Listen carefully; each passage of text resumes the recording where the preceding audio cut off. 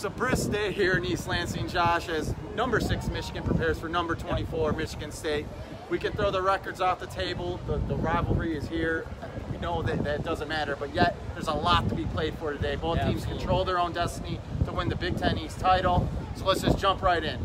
First off, let's focus on Michigan's offense. You got Shea Patterson and his passing attack and Michigan's run game. It's always been a key in this rivalry.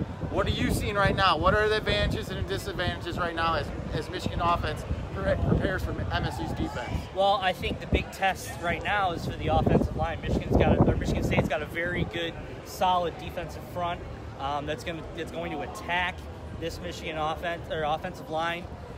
You know, we hear about it. We've heard about it for the last how many weeks? You know, this is a gauntlet here, huge test. You know, last week they passed. This week, you know, they're going to be tested again to see if they pass. But, you know, this offense is going to be tested. You know, they're going to be attacked. You know, we all know what Michigan State does. You know, they never stray away from their brand of football, and it's just an aggressive defense. And, yeah, I mean, it's going to be difficult to run the ball today. Shea Patterson's going to have to do his thing. You know, there's going to be some opportunities though, because they've got a weak secondary. So, you know, Shea Patterson has a couple of things that he can do. We're going to see if this is the Michigan State defense that was limiting teams to 33 yards per game prior to Penn State, or that Penn State game where Penn State took advantage, had some big runs, some big gains last week. Now let's focus on the defense. Obviously, Michigan comes in this game with the number 2 overall total defense in the country, the number 1 pass defense in the country.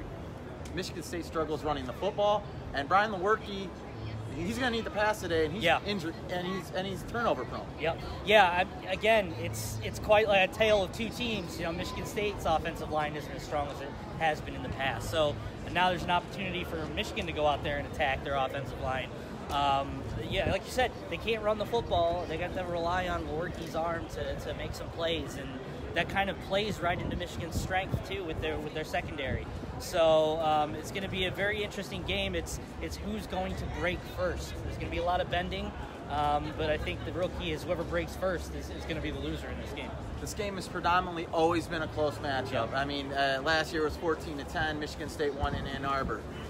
And, of course, Mark D'Antonio is 8-3 in this matchup, 8-2 in the past 10 games. He sort of owned Michigan, and you got to tip your hat to him there. Jim Harbaugh, however, is 1-2. He has the 1 win here 2 years ago. What's going to break? What does Michigan need to do to get this win? Because obviously, you would have to think that this is more important for Michigan, or for Jim Harbaugh in his career at this moment. Oh, absolutely. You know, this game, I think, means more to Jim Harbaugh at this point than anyone. You know, not only for personal records, but, you know, you're talking, you know, Big Ten records and Big Ten standings.